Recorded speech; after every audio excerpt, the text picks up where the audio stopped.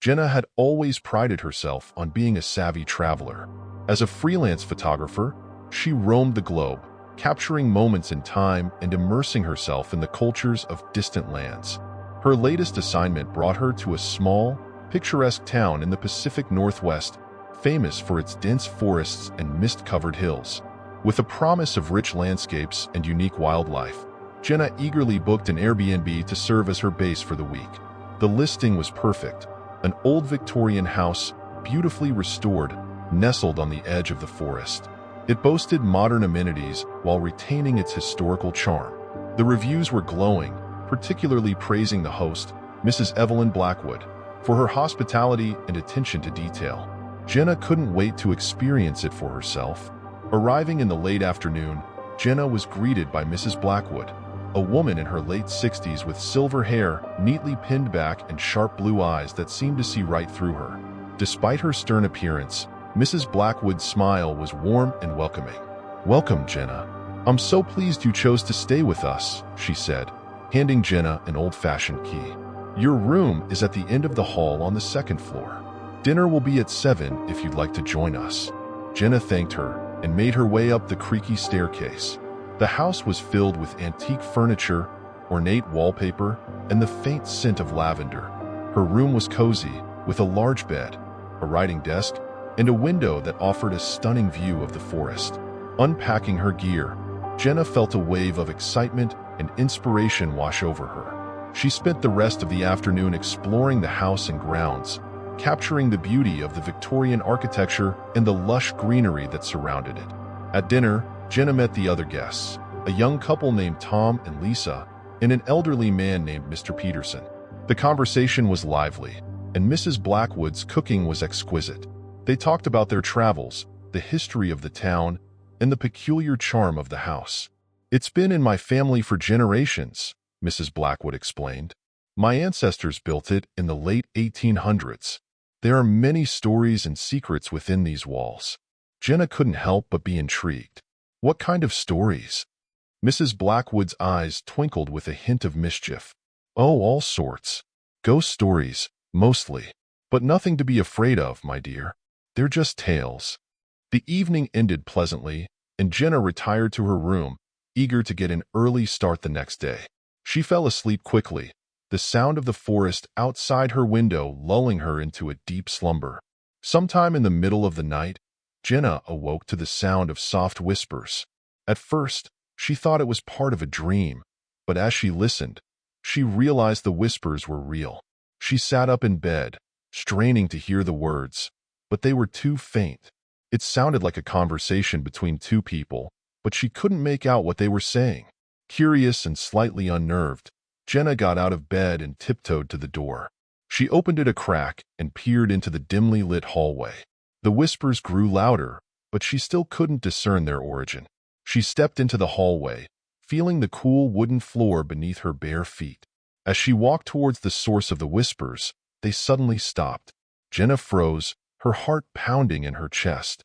The house was silent, save for the distant hoot of an owl outside. She shook her head, convincing herself it was just her imagination, and returned to her room. The next day, Jenna mentioned the incident to Mrs. Blackwood, who chuckled softly. "Ah, you must have heard the house settling. It's old, you know. It creaks and groans at night. Nothing to worry about."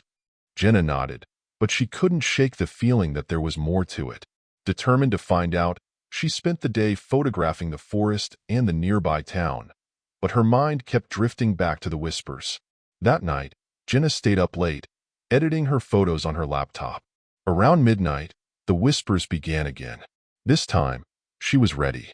She grabbed her camera and ventured into the hallway, following the sound. The whispers led her to a door at the end of the hall, a door she hadn't noticed before. It was slightly ajar, and a faint light spilled out into the hallway.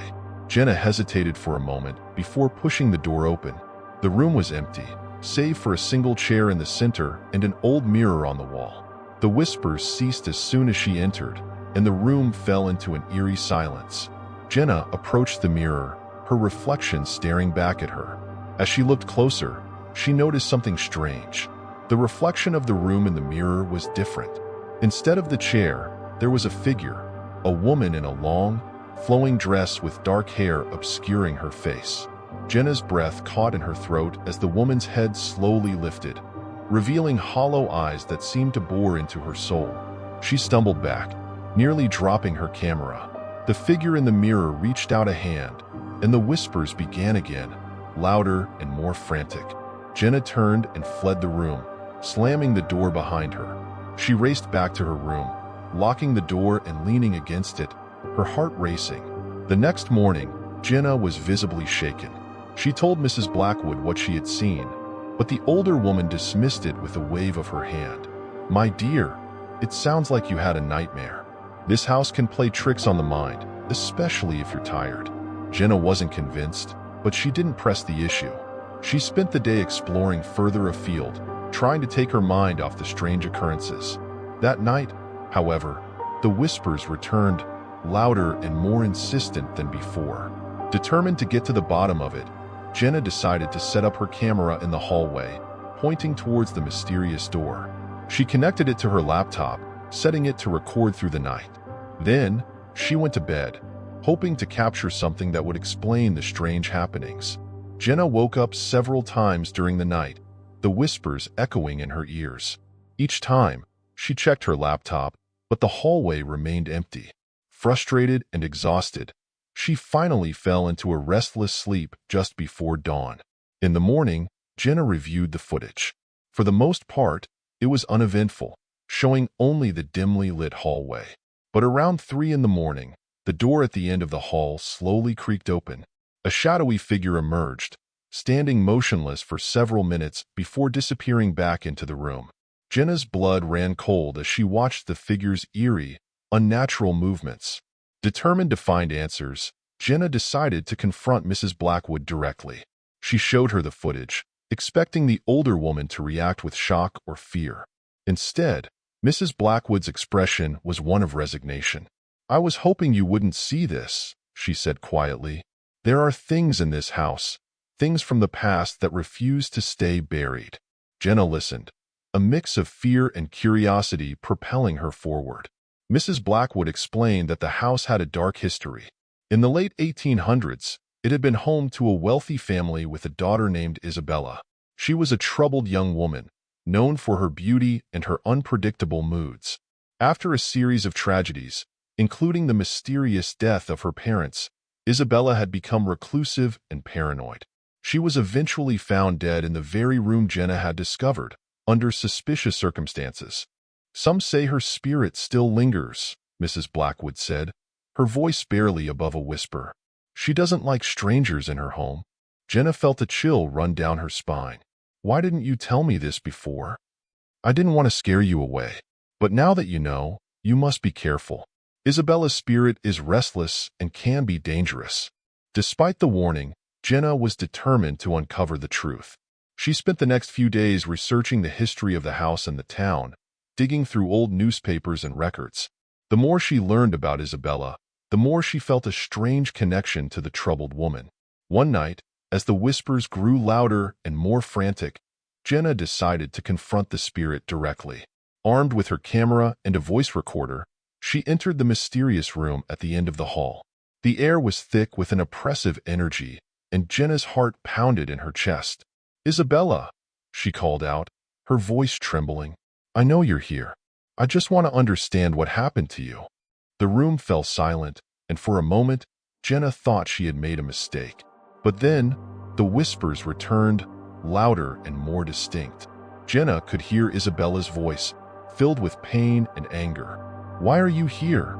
the voice demanded. "This is my home." Jenna took a deep breath. "I want to help you. I want to know the truth." The mirror on the wall began to shimmer, and Isabella's figure appeared once more. This time, her face was visible, a mask of torment and sorrow. "They took everything from me," Isabella said, her voice echoing through the room. "My family, my sanity. They locked me away, and I died alone." Jenna felt a pang of sympathy for the spirit. "I'm sorry, Isabella, but you don't have to be alone anymore. Maybe I can help you find peace." The figure in the mirror seemed to waver, and for a moment, Jenna thought she saw a flicker of hope in Isabella's eyes. But then, the room was plunged into darkness, and Jenna felt a cold hand grip her shoulder. "You can't help me," Isabella's voice hissed in her ear. "No one can." Jenna stumbled back, the room spinning around her. The whispers grew into a cacophony of voices, each one filled with anguish and despair. She fled the room, slamming the door behind her, and collapsed in her bed, shaking with fear. The next morning, Jenna knew she had to leave. The house was beautiful, but the weight of its dark history was too much to bear. She packed her belongings and prepared to check out, but before she left, she visited Mrs. Blackwood one last time. "I'm sorry, but I can't stay here any longer," Jenna said. "There's something in that room, something I can't explain." Mrs. Blackwood nodded, her eyes filled with understanding. "I understand, my dear. Thank you for trying to help. Not many people would have been as brave as you." As Jenna drove away from the house, she couldn't shake the feeling that she was being watched. She glanced in the rearview mirror and thought she saw a figure standing in the upstairs window, watching her leave. The experience stayed with Jenna long after she left the town. She couldn't forget the pain and sorrow in Isabella's voice, and she often wondered if the troubled spirit ever found peace. Despite the fear and the danger, Jenna felt a strange sense of connection to the old house and its tragic history. Years later, Jenna returned to the town on another photography assignment. She drove past the old Victorian house, now abandoned and falling into disrepair. As she stood outside, taking pictures of the decaying structure, she felt a familiar chill in the air. Jenna couldn't help but feel that Isabella was still there, watching over her home, waiting for someone to understand her pain. She hoped that someday, someone would be able to help the restless spirit find the peace she so desperately sought. Jenna stood by the abandoned Victorian house, lost in thought. Memories of her previous visit flooded back, mingled with a profound sense of unfinished business. As the evening sun dipped below the horizon, casting long shadows across the decaying structure, she felt a pull, almost magnetic, drawing her back towards the house. The years had not been kind to the old mansion. Weeds choked the once manicured gardens, and the paint had peeled away, revealing the weather-beaten wood underneath. Broken windows stared out like hollow eyes, and the front door hung askew on its hinges. Despite its decrepit state, the house still held a strange allure, a beauty marred by tragedy and time. Jenna took a deep breath and approached the house, her footsteps crunching on the overgrown gravel path. She reached the front door and hesitated, feeling the weight of the past pressing down on her. Steeling herself, she pushed the door open and stepped inside. The interior was just as she remembered, but with an added layer of dust and decay. The furniture was covered in white sheets, and cobwebs hung from the corners of the ceiling. The air was thick with the scent of mildew and rot.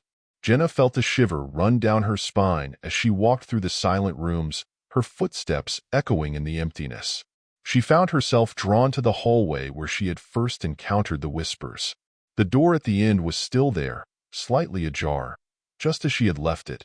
Jenna felt a sense of dread, but also a compulsion to go inside. She took out her camera and voice recorder, determined to document whatever she found.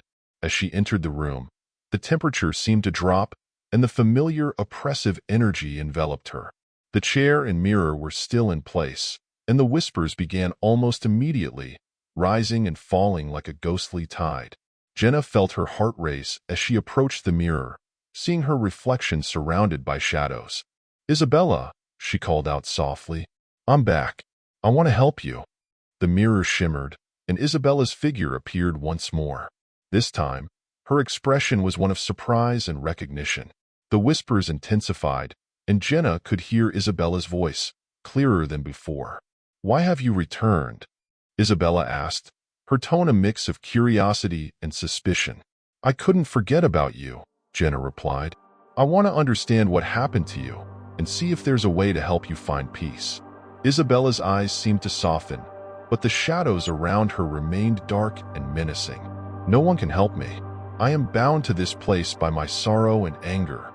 Maybe if we uncover the truth, it can set you free," Jenna suggested. "Tell me what happened to you. Help me understand."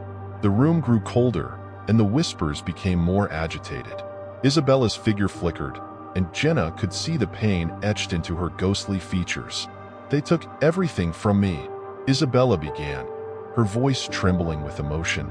"My parents died under mysterious circumstances, and I was blamed. They said I was mad, that I had lost my mind. They locked me away in this room, and I died alone, abandoned by everyone I loved." Jenna felt a pang of sympathy and anger. "Who did this to you? Who locked you away?" Isabella's eyes darkened, and the shadows around her seemed to grow. "It was my uncle, Charles Blackwood. He wanted the family fortune, and I was in his way. He poisoned my parents and spread lies about me. When I tried to confront him, he had me declared insane and locked away." Jenna's mind raced as she processed this information. She had to find proof of Isabella's story, evidence that could reveal the truth and perhaps bring some measure of justice. "I'll find the truth, Isabella," Jenna vowed. "I'll make sure everyone knows what really happened to you." Isabella's figure flickered again, and for a moment, Jenna thought she saw a glimmer of hope in the ghost's eyes. "Be careful," Isabella warned. "Charles was a dangerous man, and his secrets are well hidden." With that, the room fell silent, and Isabella's figure vanished from the mirror. Jenna stood there, her heart pounding, determined to uncover the truth. She left the room and headed back to town, her mind racing with questions. Over the next few days, Jenna delved into the town's archives, searching for any records related to the Blackwood family. She combed through old newspapers, legal documents, and personal letters, piecing together the story of Charles Blackwood and his sinister deeds. She discovered that Charles had indeed been a prominent figure in the town, known for his wealth and influence. There were rumors of his involvement in various scandals, but nothing concrete. However, Jenna's persistence paid off when she found an old journal belonging to Charles, hidden away in the town's historical society. The journal was filled with cryptic entries, detailing Charles's plans to seize control of the family fortune. He wrote about poisoning his brother and sister-in-law, making it look like a tragic accident. He also described his efforts to discredit Isabella, using his connections to have her declared insane and confined to the house. Jenna's hands trembled as she read the damning evidence. She knew she had to share this with the world, to vindicate Isabella and expose Charles's crimes. She took photos of the journal and gathered all the documents she could find, preparing to publish an article that would reveal the truth. That night, Jenna returned to the Victorian house, feeling a mix of triumph and trepidation. She hoped that by exposing the truth, she could finally bring peace to Isabella's tormented spirit. As she entered the house, she felt the familiar chill and heard the whispers once more. Jenna made her way to the room at the end of the hall, her heart pounding with anticipation. She called out to Isabella, hoping the spirit would appear. "I've found the truth, Isabella," Jenna said, holding up the journal. "I have proof that Charles was behind everything. Your story will be told, and people will know what really happened." The mirror shimmered, and Isabella's figure appeared, her eyes filled with a mixture of hope and sadness. "Thank you, Jenna. You've done more for me than anyone ever has." The room seemed to grow warmer, and the oppressive energy began to dissipate. Jenna felt a sense of relief and accomplishment, knowing she had helped Isabella find some measure of peace. But as she turned to leave, she felt a cold hand grip her shoulder. She spun around to see Isabella's figure, now more solid and menacing. "You cannot leave," Isabella said, her voice filled with desperation. "I need you to stay. You must help me find rest." Jenna's heart raced as she realized the danger she was in. "I can't stay here, Isabella. I have to share your story with the world." The shadows around Isabella grew darker, and the room seemed to close in on Jenna. "You must stay," Isabella insisted. "I cannot be alone again." Jenna backed away, feeling the icy grip of fear tightening around her. She had to escape, but the door seemed impossibly far away. She bolted for the exit, the whispers growing louder and more frantic. As she reached the door, it slammed shut, trapping her inside. Jenna pounded on the wood, desperate to get out, but it was no use. She turned to face Isabella, who was now advancing towards her, her eyes filled with a mix of sorrow and anger. "You must stay," Isabella repeated, her voice echoing through the room. "You are the only one who understands." Jenna's mind raced as she searched for a way to reason with the spirit. Isabella, I want to help you, but I can't stay here. I need to tell your story so that others can know the truth.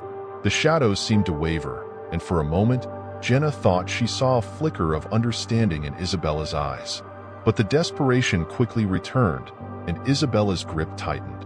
You will stay, Isabella hissed, her voice filled with a chilling resolve. You will help me find peace.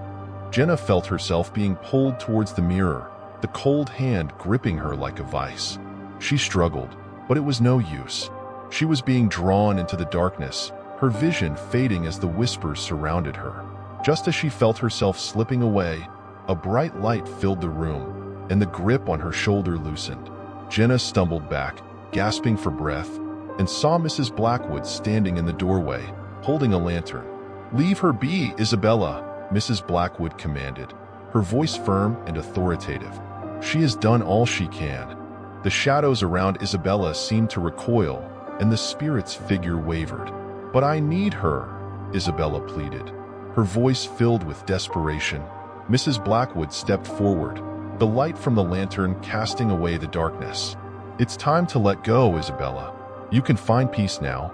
Isabella's figure flickered, and Jenna saw the torment in her eyes. Slowly, the spirit began to fade, the shadows dissipating. The room grew warmer, and the oppressive energy lifted. Thank you, Isabella whispered, her voice barely audible as she vanished into the light. Jenna collapsed to the floor, shaking with relief. Mrs. Blackwood helped her to her feet, her expression filled with concern. Are you all right, my dear? Mrs. Blackwood asked. Jenna nodded, still catching her breath. I think so. Thank you for saving me. Mrs. Blackwood smiled gently. You were very brave, Jenna. Isabella was a troubled soul, but you've helped her find peace. Jenna felt a sense of closure, knowing she had done something meaningful. She left the house with Mrs. Blackwood, feeling the weight of the past lift from her shoulders. In the days that followed, Jenna published her article, revealing the truth about Isabella and Charles Blackwood. The story gained widespread attention, and people flocked to the town to learn more about the tragic history of the Victorian house. The house itself was eventually restored and turned into a historical museum, dedicated to preserving the memory of Isabella and her family. Jenna visited the museum often, feeling a deep connection to the place and the spirit she had helped. Years later, Jenna stood outside the Victorian house, now a beacon of history and healing. She felt a sense of peace, knowing she had played a part in bringing justice to a tormented soul. As she looked at the house, she thought she saw a figure in the upstairs window, watching over the home with a gentle smile. Jenna smiled back, knowing that Isabella had finally found the peace she had longed for. And in that moment, she felt a deep sense of fulfillment, knowing that she had made a difference in the life of a lost soul.